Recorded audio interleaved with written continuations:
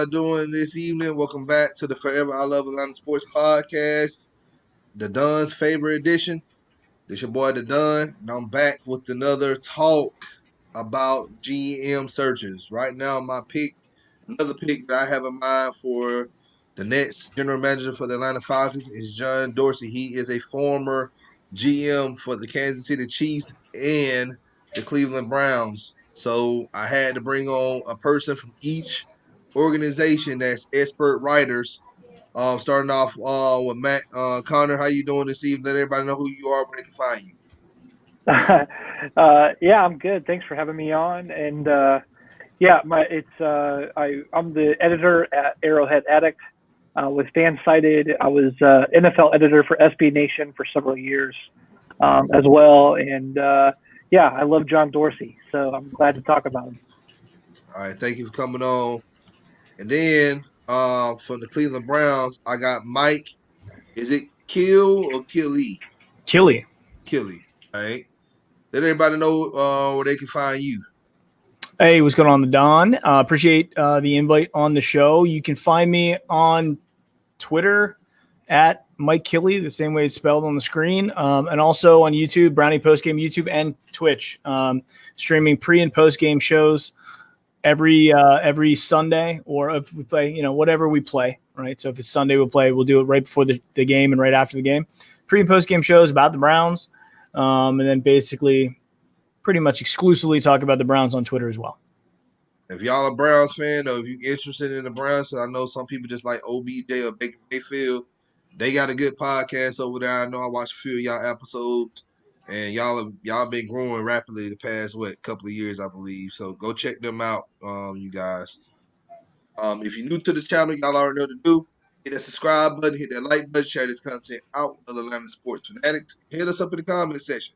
As always, come holler at your hometown sports podcast. All right, let's start talking about John Dorsey. Now, he was the general manager for the Kansas City Chiefs from 2013 to 2017. Is that correct, Matt? Yeah.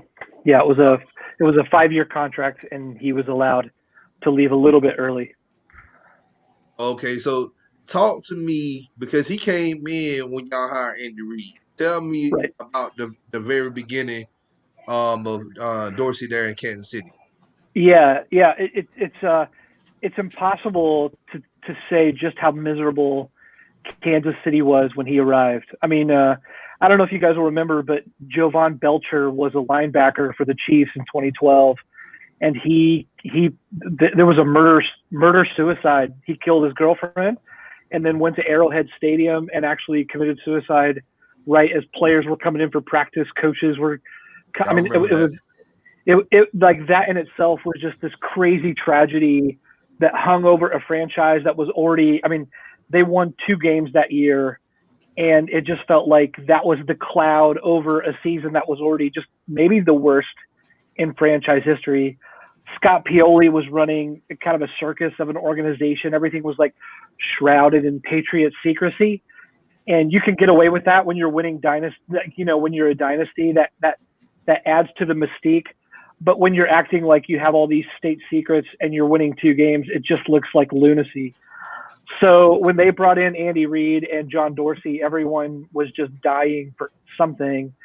And what we didn't know is that we were going to get I think John Dorsey is one of the top 3 to 5 drafters in the NFL. I mean, the guy doesn't miss.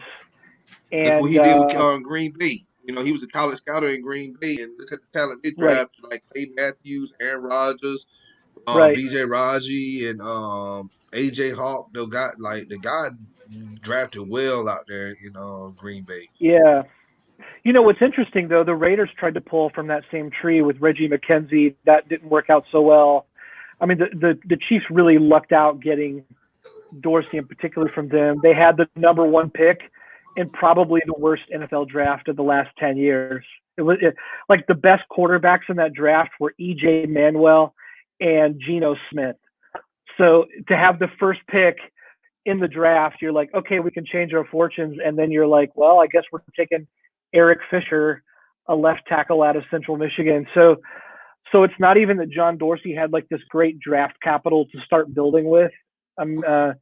Immediately they traded a couple second-round picks for Alex Smith to the Niners to restart the franchise, and then they kind of set out to build from there.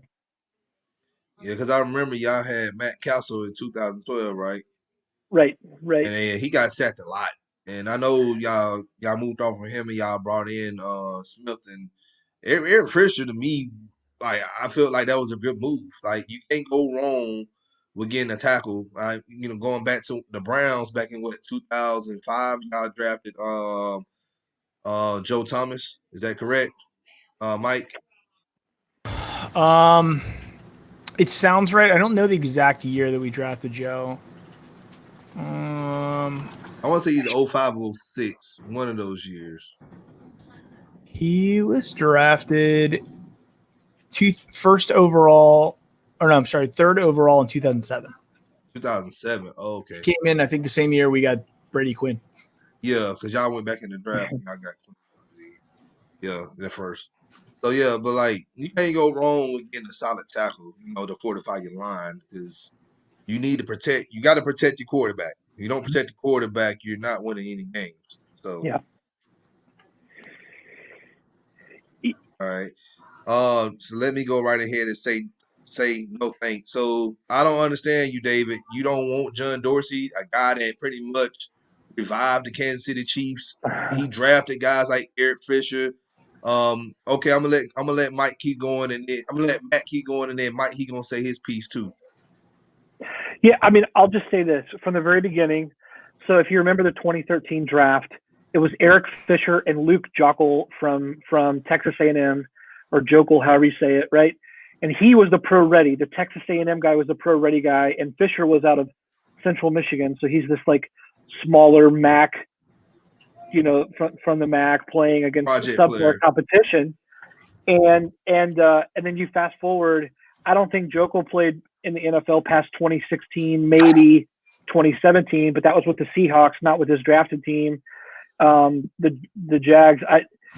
So from the beginning, he was able to parse out who was going to be good and who was not going to be good, and it wasn't the pro-ready guy. The thing about Dorsey is he doesn't miss when he has to make the impact pick. So he got Mitch Morse, who got big money as a center from the Buffalo Bills in that same draft. In 2014, he drafted Dee Ford, who got big money extension from the Niners as a pass rusher just last year in the trade. In 2015, he traded out of the first round and picked up Chris Jones in the second round, who is now behind Aaron Donald, maybe the most disruptive interior lineman in the NFL, arguably. He drafted Marcus Peters in the first round. And then in 2017, I think this is just, I think people don't talk enough about what it was like to get Patrick Mahomes where he got him, because he wasn't the first quarterback taken. You don't call up a guy with 5 minutes on the clock, another GM, and say, hey, let's work out a deal. You go into the draft with several potential deals already worked out, because it takes so long to build the foundation of trust and of a deal. So coming into the draft, it was like after the fact, Dorsey said, yeah, we had a deal worked out with the Bills at number 10. So for him to know, I've got to land at number 10 to get Mahomes ahead of teams like the Saints, who said they would have taken him at 13, the Cardinals, the Texans could have even taken him at 12, all this stuff. He took him over Deshaun Watson, knew that he didn't want Mitch Trubisky. He threaded that draft the way Mahomes threads a pass into a tight window. It was just the perfect situation, the perfect trade. And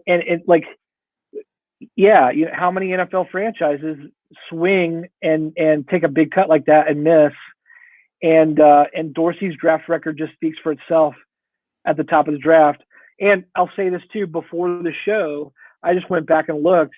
Dorsey had 8 draft picks in the 2015 draft. All of them are still playing in the NFL except for one. In 2016, 2014, same exact thing. Only one guy's not in the NFL. That's Aaron Murray, the former quarterback from Georgia. So even on guys who aren't with the Chiefs, they're all still playing. He just has an eye for who's going to be good. He comes with the downside. He's hard to work with. I mean, he had communication issues in Kansas City. Andy Reid, I guess, didn't really care to work with him, or at the very least, the owner didn't. And maybe if you're that good at what you do, maybe you get a little bit of an edge and an ego, and maybe that's hard to work with. But if any franchise needs to turn things around and rebuild their talent base, I can't imagine a better person to do it. Yeah. And like what you just said about pretty much hitting on, it's hard to hit on all your draft picks. But if you can hit on at least 60%, between 50 and 60%, you won. Because some of the players, the whole draft is a crapshoot. Everybody know that. We see teams draft people in the first round, and they're out in the NFL by their third year.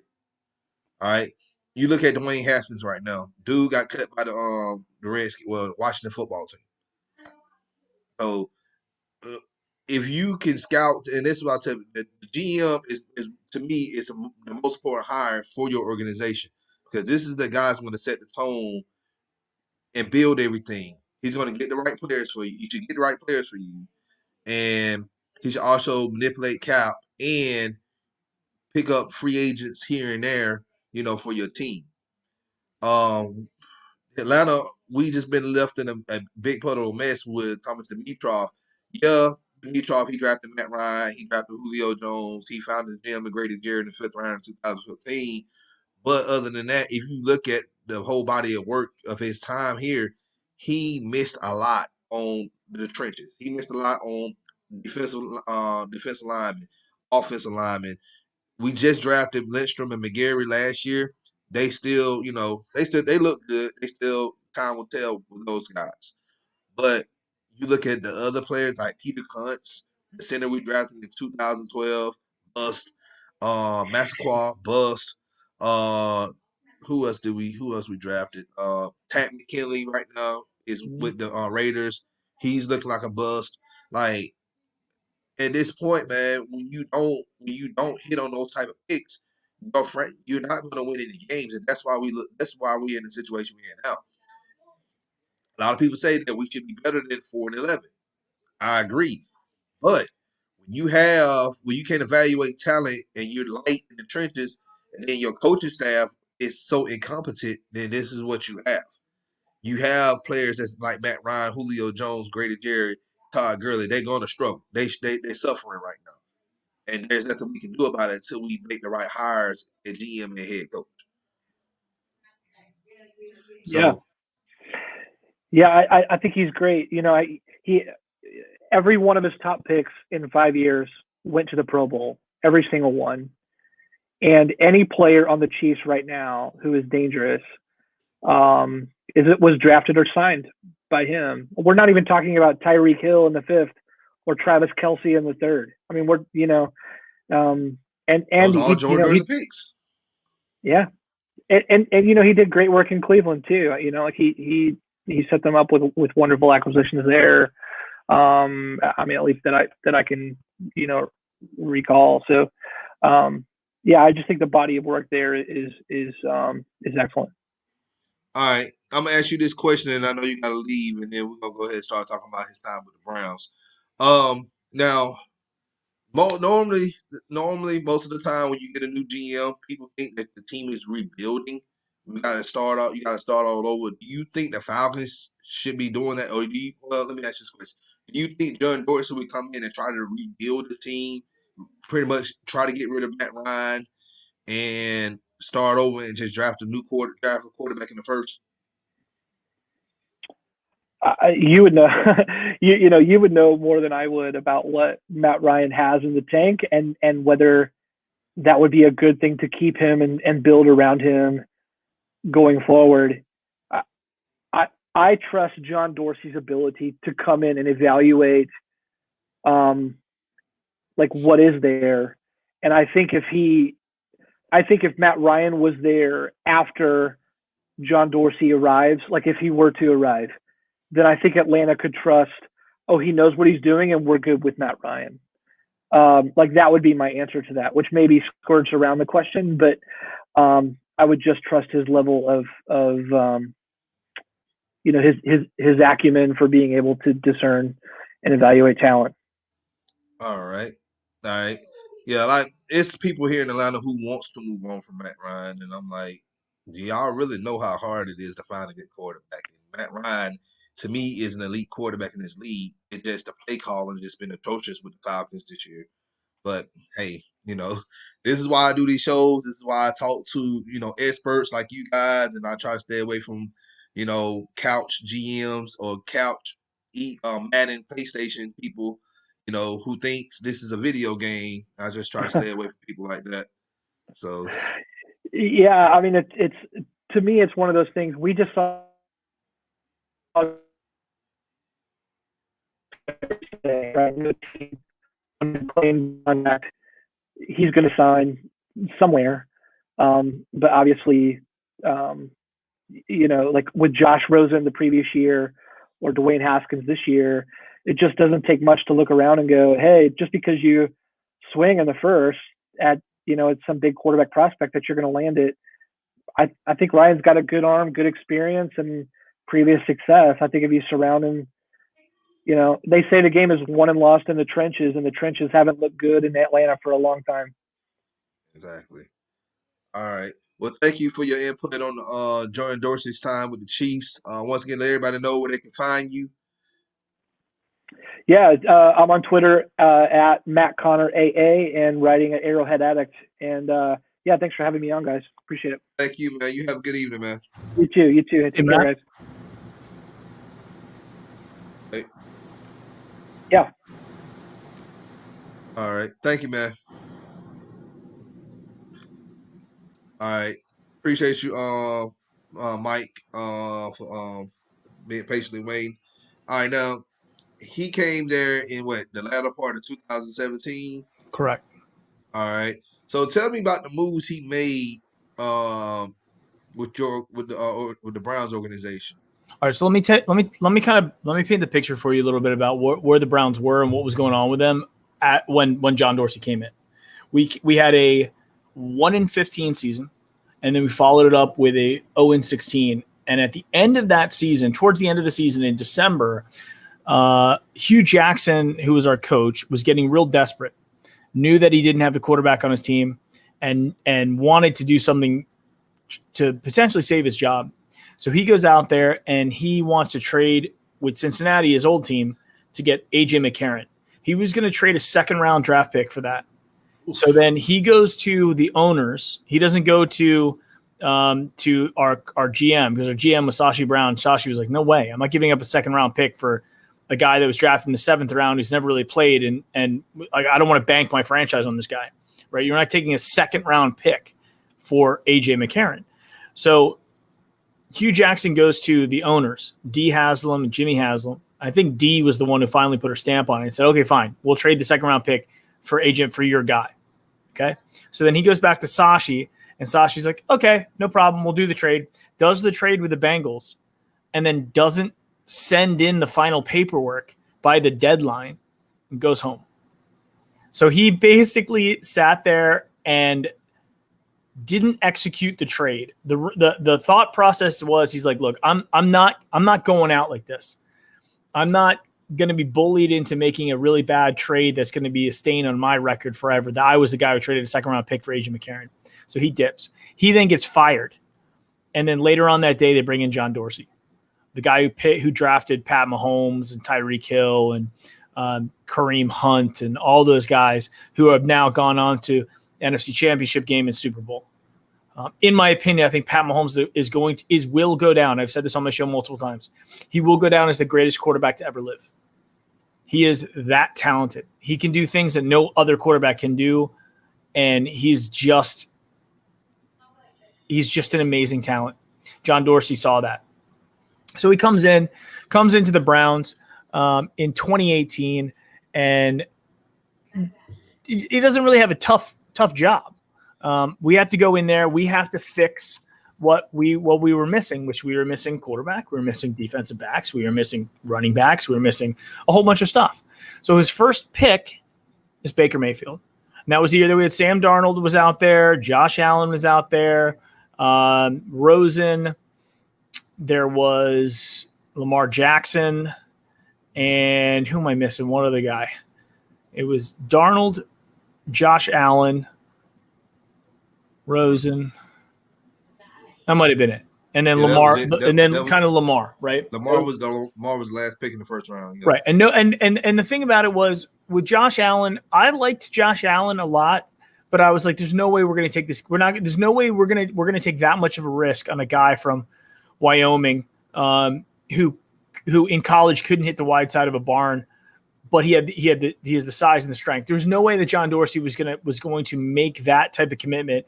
When you had a guy like Baker Mayfield who did everything, won the Heisman, walked on twice, said he wanted to come to the Browns, had the attitude to turn around a team that's and Dorsey knew it too, that the organization was dysfunctional. So he came into an organization that was bad, and he had to turn this around. Okay, so he drafts Baker Mayfield. 3 picks later, he takes Denzel Ward. In the second round, he takes Nick Chubb. That Nick Chubb pick would have been the pick that Sashi Brown and Hugh Jackson sent to the Bengals for A.J. McCarron, and we got Nick Chubb. Exactly. Now, what Matt was saying was he doesn't miss. As a Browns fan and pragmatically looking at John Dorsey, because I'm a John Dorsey fan, and I think he's going to be great for you guys or whomever he goes. I know the Eagles were looking at him, bringing him into as like a draft consultant or something like that. Yeah, I don't think he wants he's a draft consultant right now with the Eagles, but he can easily move out of that and become a GM because it's a who wanted to turn down a GM spot. No, he wants to be a GM again. He doesn't want to be. I mean, he'll do that. When he left the Browns, right? I mean, the day after he left the Browns, which was a mutual exit, right? The day after he was having meetings with other teams.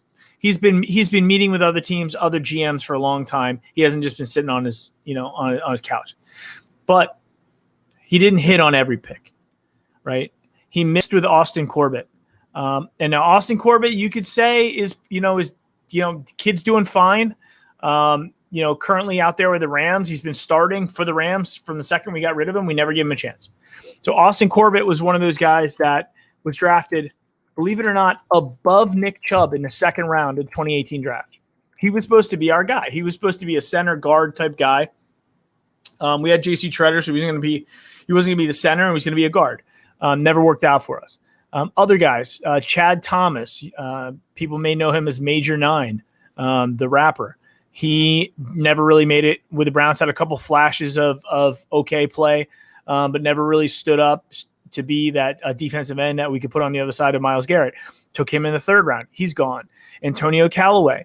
We took him in the fourth round of the 2018 draft. Antonio had a lot of talent, a lot of speed, good hands, but he was a knucklehead and he couldn't figure out how to mature.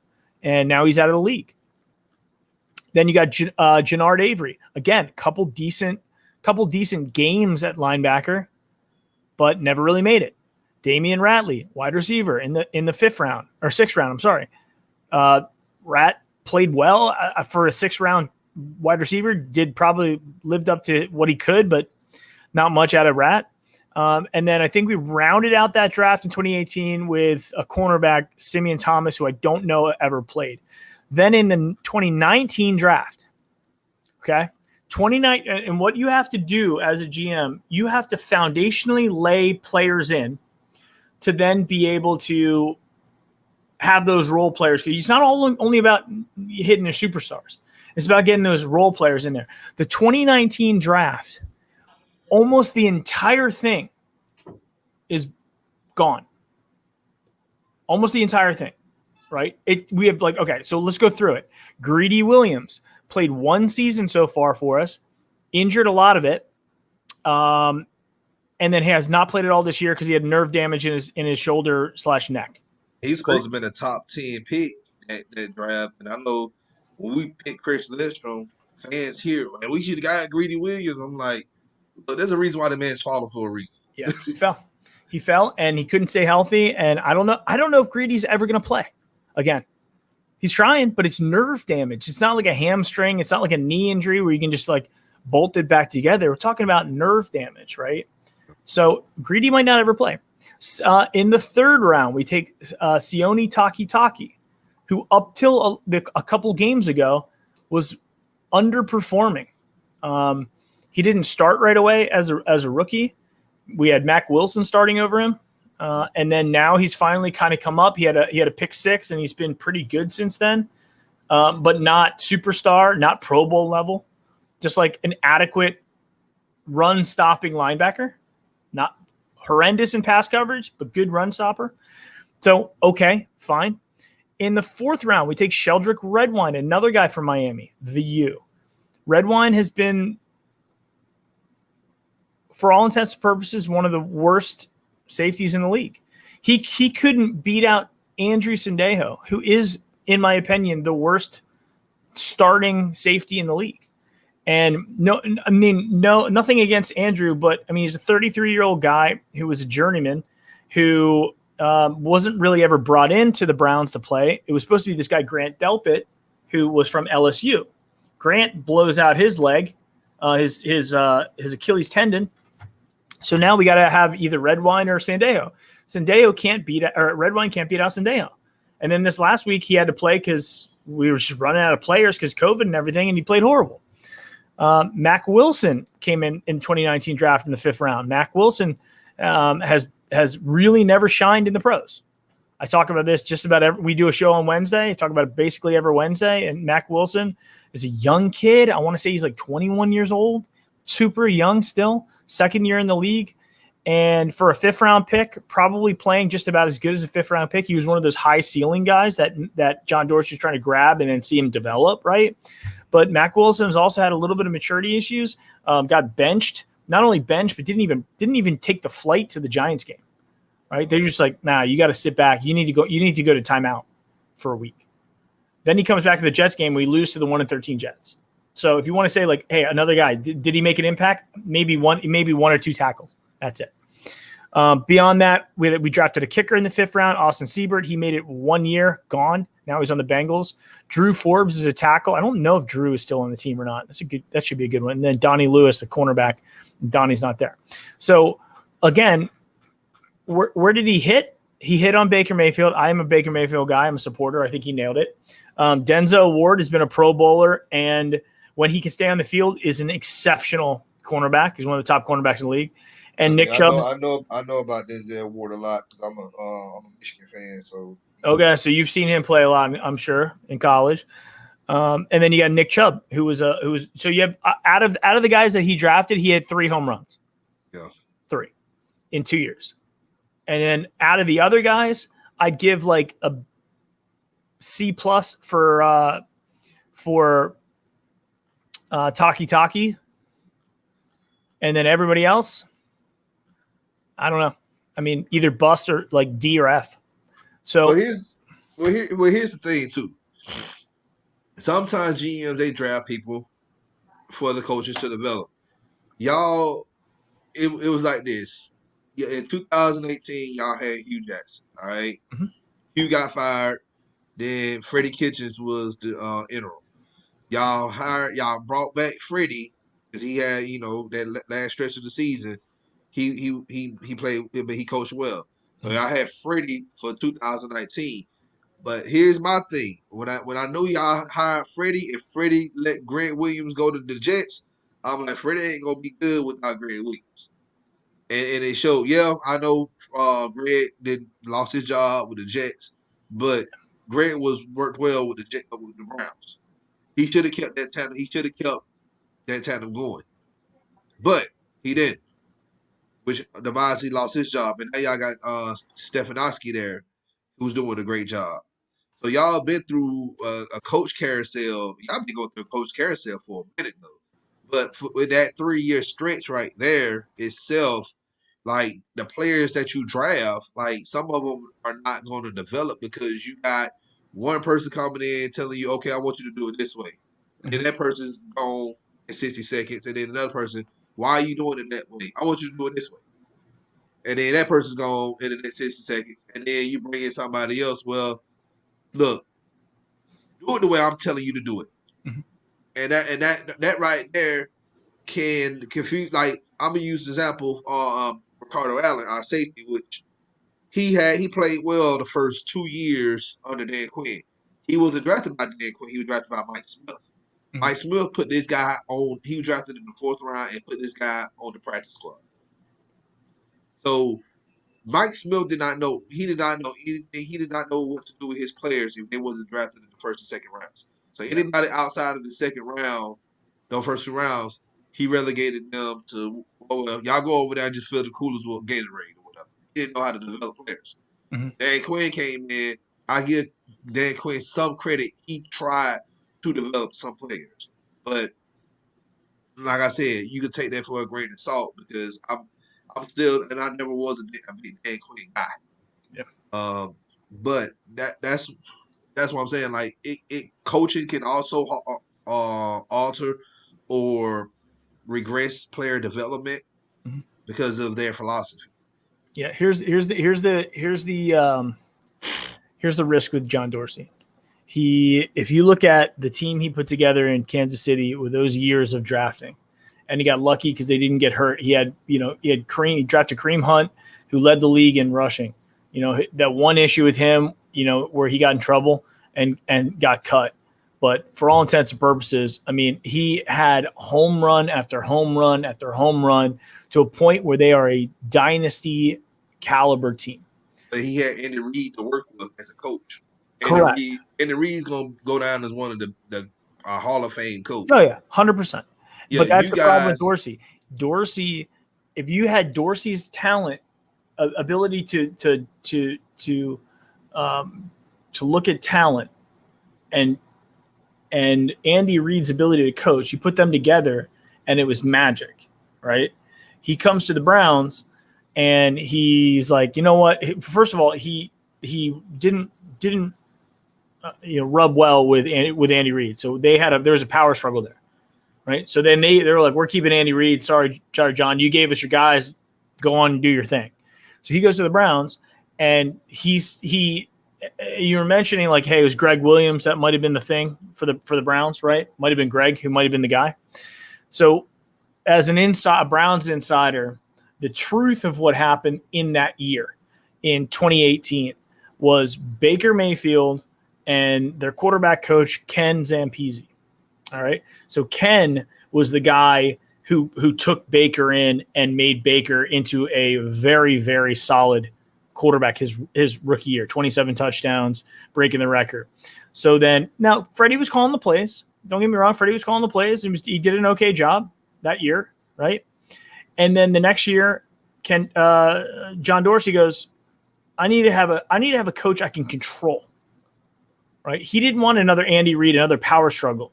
So he brings in, roly-poly Freddie Kitchens. And I like Freddie Kitchens as a guy. And I like Hugh Jackson. We were so excited about Hugh Jackson. You wouldn't believe how excited Browns fans were for Hugh Jackson. But he failed. And then Freddie failed. And then the Browns were like, look, we can't go another season with this coach because we have a window. And the window's going to close quickly. This guy already lost the locker room, and he ain't going to get it back. Right? He's just not that guy. So we're going to move off of Freddie. And this is, again, Browns coaching carousel going over. Like you mentioned, how are you going to develop players when a new coach is going to come in, and he might want to develop his own players, right? He might want to have some input on the draft and say, you know what, whatever. But to Kevin Stefanski's credit, I think he's done a pretty good job with the players that he had from the previous regime, and he's tried to develop them. He's tried to do their thing. He gave them opportunities. Some have shined, some haven't. And those are the guys that aren't going to be there. We are as a Browns organization, we're in the budding era of it's like uncharted territory for us. You're looking at it from the outside, but when your first thing about the Browns, if you think of Browns, you think bad team, losers, not making the playoffs, and I don't think y'all was. I think y'all just for the most time, y'all a poorly run organization, and its front office and coaching that failed you guys. Y'all drafted good talent, like going back to Keelan Winslow and all of those guys. Like Joe Thomas is like one of the best tackles to ever play. Best tackles to ever play the game. It just y'all never really hit. Y'all done went through so many quarterbacks. Like y'all drafted Tim Couch. Y'all drafted Brandon Whedon and all these guys. Oh yeah, I forgot the dude from Notre Dame, Brady Brady Quinn. Quinn. Like y'all done went through so many quarterbacks. It's mind boggling, and you miss on that many quarterbacks. That's why I'm so upset with Falcons fans that they just willing to move on from Matt Ryan. And I gotta bring, and I use you guys as an example. I use the Jets I use all and the Dolphins. Look at the Dolphins. Ever since Dan Marino retired, they still looking for a quarterback. Yeah. It's hard to find you a franchise quarterback, especially a guy like Matt Ryan, who I said, if we could, and then you can't right now because how Matt Ryan's contract. I'm pretty sure there's like 15 teams who would kill Yeah. to get Matt Ryan. Well, there was rumors back in the early part of this season with the Browns that if Baker wasn't looking good, if he wasn't gonna, because this is a prove it year for Baker, coming off a bad sophomore year. If it wasn't going to go well early on, then there were rumors that they're gonna go after Matt Ryan because you guys weren't doing well. Matt Ryan's 35 years old. But if you just take Matt Ryan and place him into the talent that we had on the Browns, that could have been a really good thing.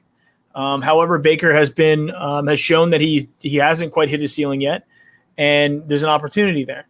I'm with you. I feel like with the Falcons fans that want to move off of Matt Ryan, really, really have a short memory because before just say they dumb, man. It just be doing it. I gotta tell you, man, because I went to Virginia Tech with Michael Vick. I was there with him during his time. I was a freshman when he was a freshman, and he redshirted in '98 and then played in '99. So I was a freshman when he was a freshman. The same year we came in 1998, and when he went to the Falcons, the Browns were bad. So half the time, as soon as the Browns were losing, I'd flip it over to the Falcons game just to watch Michael Vick because he was so incredibly electric and amazing, right? And I love the guy because he was a Hokie, right? And then when the whole dogfighting thing happened, and the Falcons had to move off of him. They had to because what are you going to do? Then they had a terrible season. They got in a position where they could draft Matt Ryan, and Matt Ryan has done well. I watched Matt Ryan quite a bit. He was a Big East guy in college, and he beat us. And I watched him in college. I could see it with my eyes. He's going to be a great quarterback in the NFL. He's a Trevor Lawrence type guy. He's going to be great in the NFL. It's what's going to happen. Now Matt Ryan took you guys to Super Bowl playoffs many times, but he's 35 years old. So I think the challenge coming in for the Falcons, looking at where you guys are now, you're not void of talent. You're not a terribly run organization. It's just you've had a rocky time recently, and I think that any GM that's going to come into that job is going to have to seriously think about, what are we trying to do here? What's the philosophy? Are we rebuilding? Or are we trying to put some pieces together to kind of go after it one more time with Matt Ryan and Julio Jones and Calvin Ridley and those guys?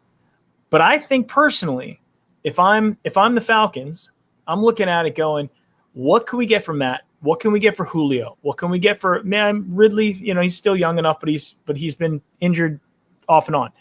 If you want to rebuild and you have the draft, because there's quarterbacks coming out in this one. There's quarterbacks coming out in this draft, man. I just don't like the quarterbacks coming out outside of Trevor. Trevor Lawrence is going to be good. Justin Fields, no. I just don't see Justin Fields being a good quarterback in this league, man. Zach Wilson, if he goes to the right quarterbacks, like offensive minded head coach like an Andy Reid-ish, or if he go to like Kyle Shanahan or something like that, he could be good in that system. What about Trask from Florida? Trask, I don't know, man. Like I like Brady White from Memphis. I know he might not make it in the first round, but if he can sit behind a veteran quarterback and learn the game, I feel like he'd be a good quarterback. Pat Mahomes sat behind Alex Smith for a year. Exactly. It's not a bad thing to do. Yeah, but the Falcons got too many problems right now, man. With defense, our pass rush is horrible. We like the worst pass defense team in the league. You got to get that fixed. Like, our offense is not the problem. The problem with the offense is the play calling. Dirk Cutter is the worst play caller in all of football. When I'm not just talking about NFL. I'm talking about college, high school. middle school, like Pee-wee football. I'm telling you, this man is horrible. So I don't know if you watched any Falcons game this year. You go back and watch some tape on us, you're gonna be like, yeah, this man is wasting Matt Ryan's and Julio Jones' time. Yeah. Like, I feel like we bring in a better play caller. I feel like Matt Ryan can get back to that MVP level that he was before. Look at Aaron Rodgers. I say this all the time. The latter parts of Mike McCarthy's tenure in Green Bay, he didn't look good. They was thinking about moving on from this man. But this man playing MVP level now with the new coach in LaFleur. Yeah. So coaching can make or break your players, and you can't, like, good players can't escape bad coaching. We say this all the time. Now I don't feel like the Falcons are in rebuild mode. Arthur Blank, the owner, he said it himself. He said that they're not ready to move on, but they said if a GM comes in and they want to evaluate everything the right way, then we may think about it. But I feel like he's saying that Matt Ryan and Julio Jones, they're going to retire as a Falcon. Yeah. Well, I mean, you guys, what, 4 wins this year? 4 wins this year, yes. And there's games that we should have won. A Cowboys. But yeah, this team just been badly coached for a long time, man. Like, yeah, you're right. It is critically important. We've been through it, man. We have been through it. We've had talent. We just weren't able to put it together. I'm looking at Matt Ryan's stats right now. I didn't mean to cut you off, but I'm looking at his stats. I'm getting excited. You're looking at a guy who typically wins double digits. He's only not won double digits in his 12-year career. 4 times before this year. And one time he was 9-5. Right? So it's like 4.5 times he's not won double-digit games. 11-5, 13-3, 10-6, 13-3. Okay, I'm sorry. There were a couple. I'm sorry. I'm missing this. Then I said it wrong. So like half the time. Yeah, so but 4 and 12, 8, 11-5, 10-6. The problem with the Falcons has always been defense, man. Like, we haven't had our defense has always been below average or worse with Matt Ryan. You can only do so much, when you don't have any defense. And that's what I was saying. If you get this man a defense, the man is going to play well. This man that smells a Super Bowl. Look at we seen Tom Brady play in like, we talking about playoff games. Playing some of the worst playoff games ever. Like, he went with one playoff game and he threw a touchdown, but he still won the game. Yeah, because of his defense. Yeah, and coaching. Thank you, and coaching. Yeah, that's why I said, like, if you give Matt Ryan, if we get at least a top 12 defense with Matt Ryan, you win. We're going to the playoffs. Yeah, no doubt about it. We had like a top 12 defense back in 2012. We was 13. I believe we was 13-3 that year. We was like one play away from making it into the Super Bowl that year. Yep, you were 13-3. Yeah, I mean, look at Matt Ryan. What he's doing this year. He's got 24 touchdowns, 11 interceptions. He averages right around 26 to 30 touchdowns. So he's not really off on that, and he throws somewhere around 10 to 15 interceptions a year. He's not really off of that. Completion percentage 64.9, so 65%. A little bit down, but right about average of where he is. I mean, I'll take a quarterback who completes 65% of his passes. Right? Look at the game on Sunday. Pat Mahomes and Matt Ryan. Now, if you didn't watch the game, you go automatically think, "Oh man, Pat Mahomes played a good game." Pat Mahomes threw a pick, and he could have threw 3 picks. 2 of those picks was dropped by 2 of our defenders, and his completion rate was horrible. Matt Ryan, I think his quarterback rate was like 102 point something in that game. Pretty much, like, you can't ask for nothing better. He didn't throw the ball. He didn't throw a pick. Had I think 2 touchdowns. Like, Matt Ryan played the better game, but with some people, Pat Mahomes won though, so he played better. No, it doesn't work like that. Winning games is a team effort. I think you hit it, man. It's not. I'm looking at it. It's not a Matt Ryan problem. That's not the problem.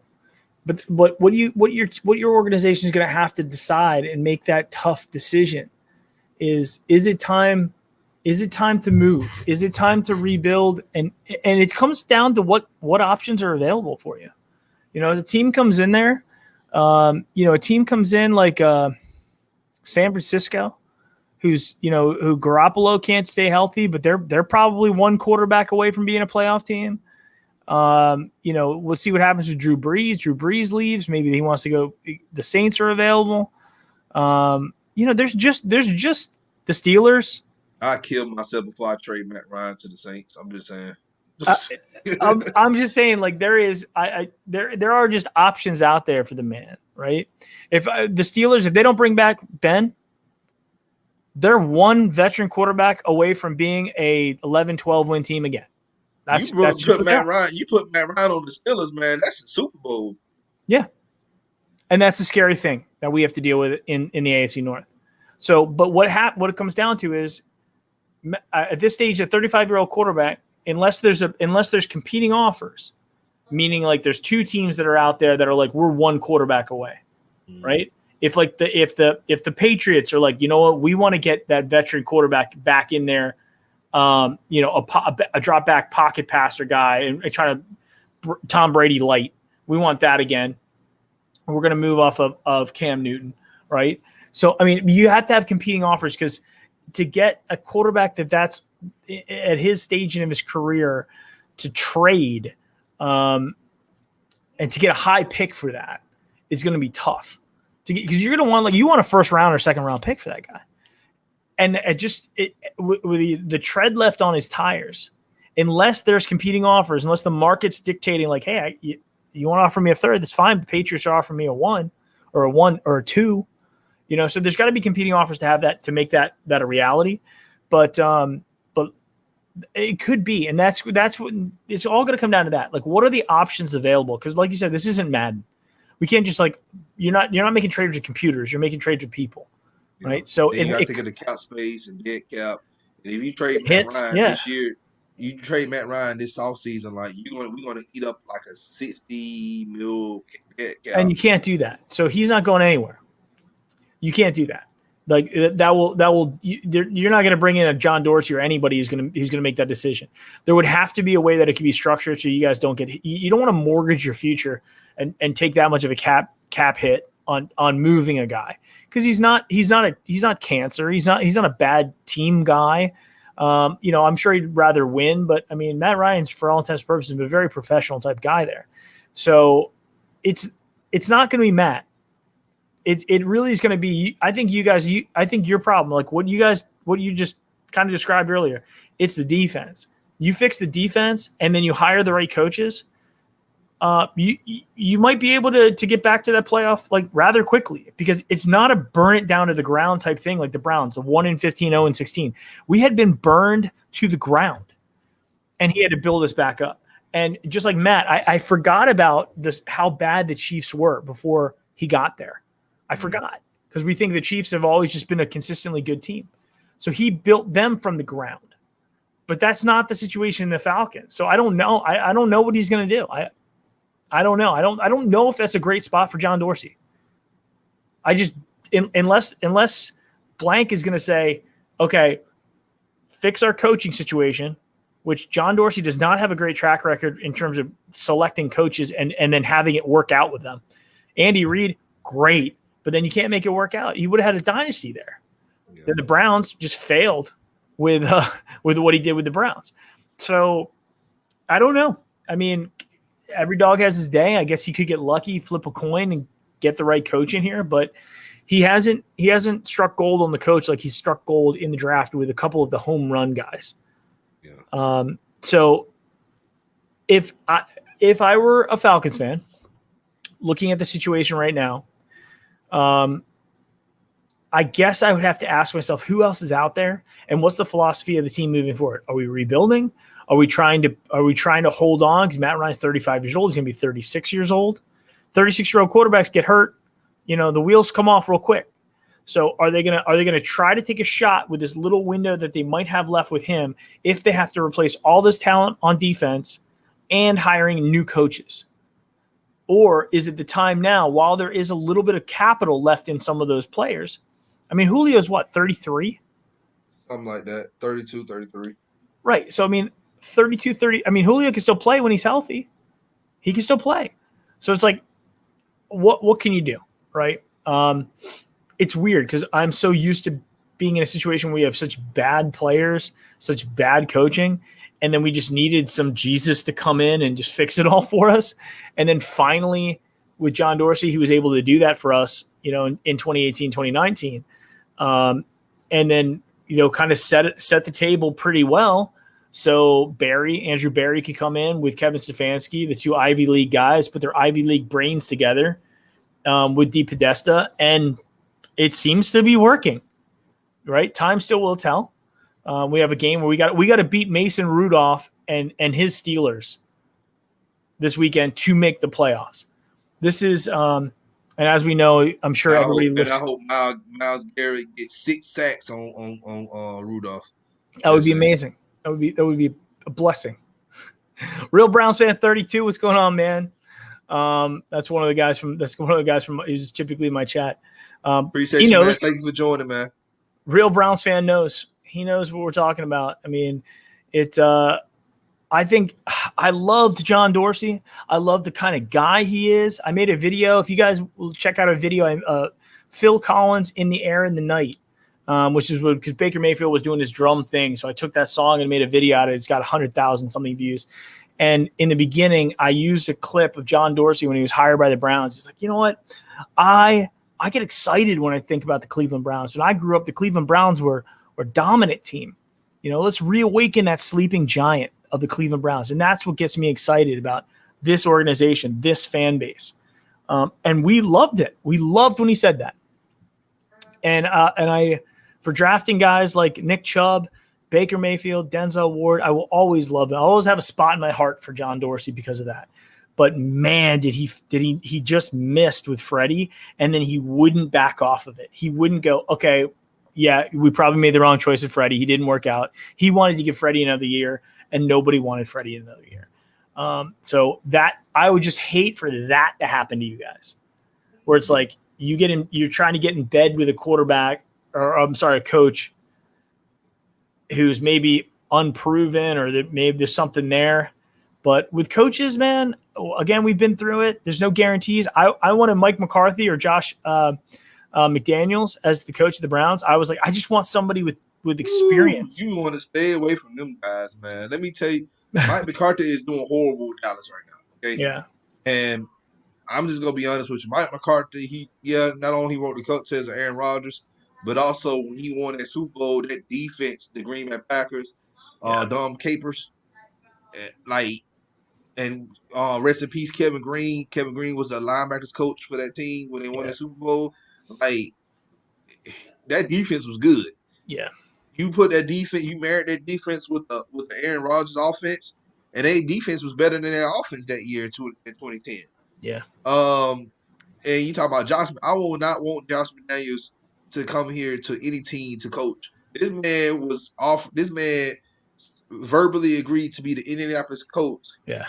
Coach, and then he reneged on it after they lost the Super Bowl. After the Patriots lost the Super Bowl. Why would you want somebody to come to your organization who don't even really want to be there in the first place? No, with Josh McDaniels. So Josh McDaniels is from Ohio. He went to college in Ohio, and his family's there. So he wanted to come back and have this be his shot, kind of like Belichick. Belichick went to the Browns. He wanted to go and take that same path, I think. But I think the thing I liked about them was they weren't guys that were learning how to be head coaches on the job. Hugh Jackson was trying to learn on the job. Before that, Mike Pettin and Chudzinski and Pat, I want to say Pat Summit, but I can't remember. Matt Penny? No, it was Pat Shurmur. I mean, these were guys that were the Browns coaches that were learning on the job. And I was like, I just don't want another guy who has to figure out how to be a head coach for the first time. And Freddie Kitchens the same way. So I just wanted a guy who still had the passion and energy and was young enough. McCarthy, I was like, look, he's won. He would have had the best resume of any coach coming into the Browns in the past 20 years, easily, as a head coach. And McDaniels, I was like, hey, look, I was thinking maybe he might have learned from some of the bad decisions. Time will tell on him. But I will tell you that I was wrong. I was dead wrong about Kevin Stefanski. I was dead wrong about Andrew Barry and Kevin Stefanski and Dee Podesta. So, and I'll have to eat that for the rest of my life, because Kevin Stefanski has been the thing as you were talking about with coaching. You got to have the right coaches, and you got to have the right guy shopping for the groceries. You put those two things together, you have magic. This is the person I want as a head coach, and then we'll go ahead and end the show. Don Martindale, the DC for the Ravens. Mhm. I feel like he'd be a great fit here in Atlanta. I And mean, I know y'all know Don Martindale well up there in the AFC. We do. I think that he probably, if the defense is the problem, getting a defensive head coach like Martindale is probably not a bad idea. I don't know enough about him from his whole career. Has he been a head coach before? I don't think he has. It's kind of hard to find a person who was a head coach before. That's the thing. I like giving people a shot, and I also look at what have they done on their side of the ball. Like they've been a DC or OC for a long time. What have they done on their side of the ball? And if you're not under a head coach who also had the same philosophy as you. Yeah. Like for instance, I never was a Dan Quinn guy because Dan Quinn was under doggone Pete Carroll and he was under Will Muschamp in Florida, both defensive guys. And then he was also under Nick Saban in Miami with the Dolphins, another defensive guy. So I always look at people, okay, well, I like Don Martindale because I know he's calling the defense out there in Baltimore because John Harbaugh is not a defensive guy. He was a special teams guy. Another person I like Brian Dabble. I like, I'm highly inclined on bringing Rex Ryan in. He's a former head coach. Bring him in as a head coach. Another person I know a lot of people, give me flack on is Marvin Lewis.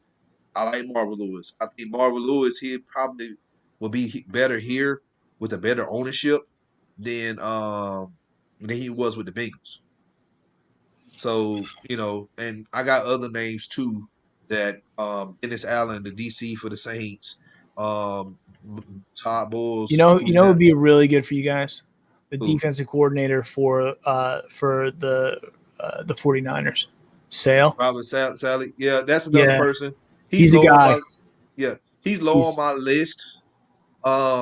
It all depends, man. Like we said, man, who's coming in and is GM.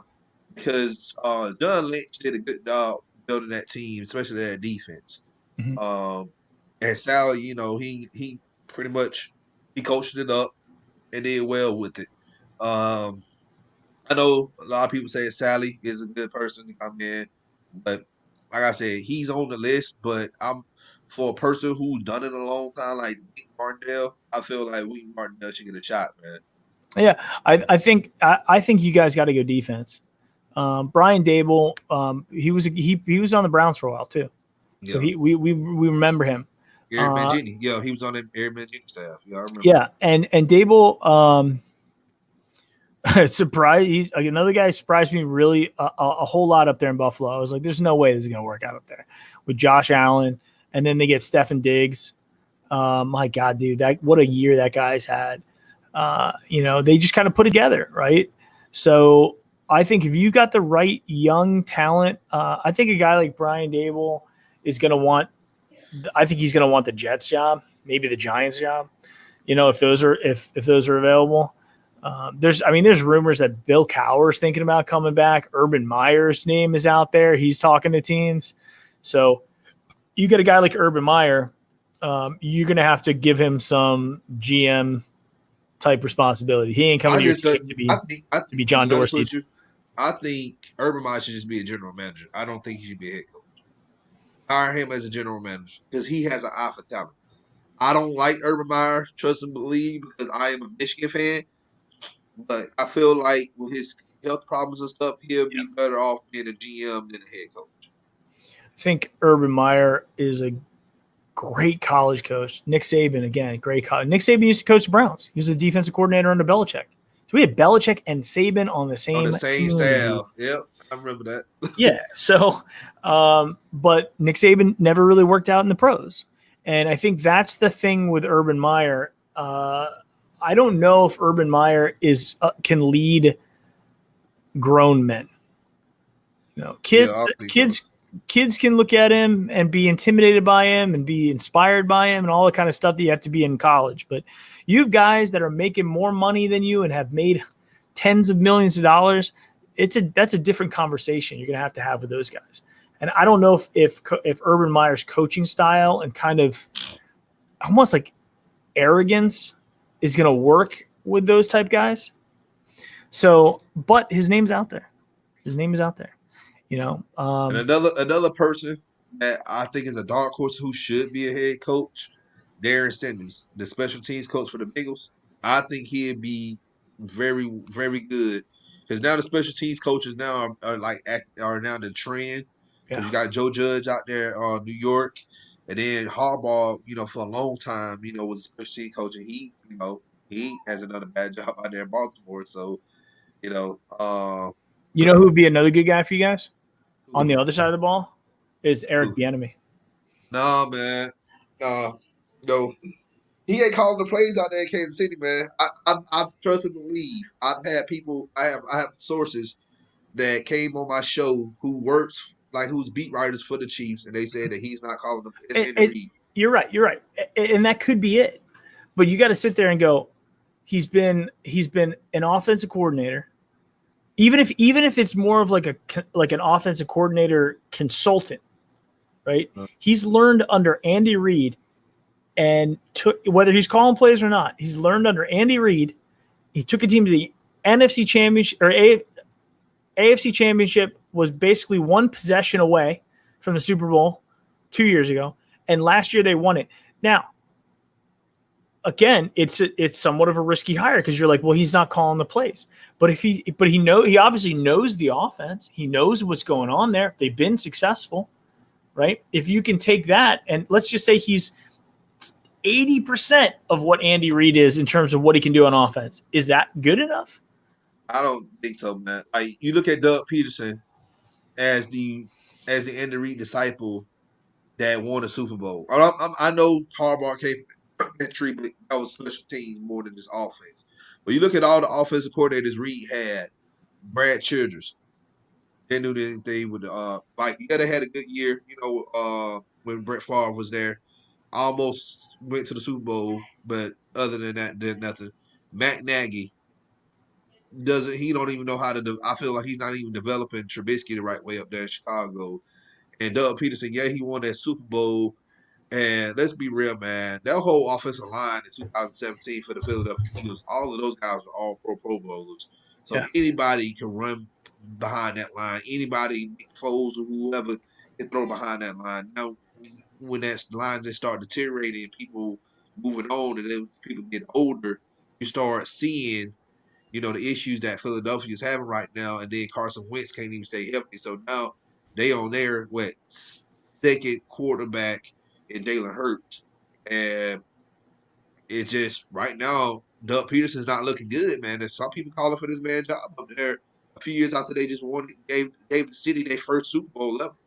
So, like I said, man, I'm not high on Eric. I think Eric Bieniemy will be a good coach, but I don't think with the Falcons. Because you still got Matt Ryan, and I don't think we're ready to move on from Matt Ryan.